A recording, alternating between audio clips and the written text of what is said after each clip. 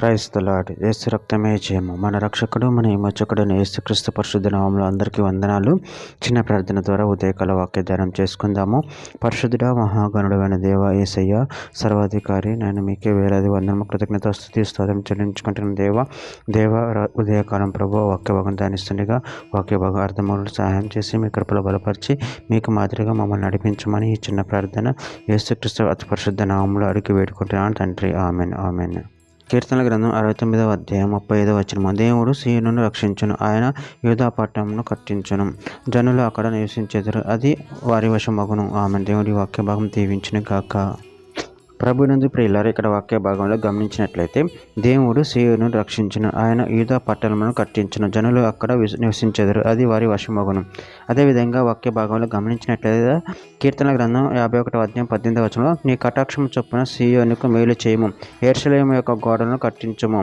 కీర్తన గ్రంథం 102వ అధ్యాయం 16వ వచనంలో, ఏలయనగా యెహోవా సీయోనును కట్టి ఉన్నాడు, ఆయన తన మహిమతో ప్రత్యక్షమాయను. కీర్తనల గ్రంథం 147వ అధ్యాయం 12-13 వచనాలు, యెరూషలేము యెహోవాను కొనియాడము, సీయోను నీ దేవుని కొనియాడము, ఆయన నీ గుమ్మముల గడియలు బలపరిచి ఉన్నాడు, నీ మధ్యను నీ పిల్లలను ఆశీర్వదించి ఉన్నాడు. యెషయా గ్రంథం 44వ అధ్యాయం 26వ వచనము, నేను నా సేవకుని మాట రూఢిపరచువాడును, నా దూతల ఆలోచన నెరవేర్చబడును, యెరూషలేము నివాస స్థలమగుననియు యూదా నగరం గూర్చి అవి కట్టబడిననియు నేను ఆజ్ఞ ఇచ్చి ఉన్నాను, దాని పాడైన స్థలమును బాగు చేయువాడు నేనే.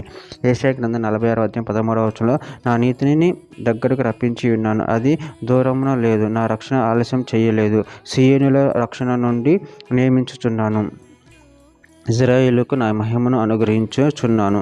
ఇర్మీయా గ్రంథం 31వ అధ్యాయం 7వ వచనంలో, యెహోవా ఇలాగ సెలవిచ్చుచున్నాడు, యాకోబును బట్టి సంతోషంగా పాడుడి, రాజ్యములకు శిరసగు జనమును బట్టి ఉత్సాహధ్వని చేయుడి, ప్రకటించుడి, స్తుతి చేయుడి, యెహోవా ఇశ్రాయేలు శేషించిన నీ ప్రజలు రక్షించుమి అని బతిమాలుడి. ఇర్మీయా గ్రంథం 31వ అధ్యాయం 28వ వచనంలో, వారిని పగిలించుటకు, విరగొట్టుటకు, పడద్రోయుటకు, నాశనం చేయుటకును, హింసించటకు నేను ఇలాగ కనిపెట్టి ఉన్నాను, అలాగనే వారిని స్థాపించుటకు, నాటుటకు కనిపెట్టి ఉందును, ఇదే యెహోవా వాక్కు.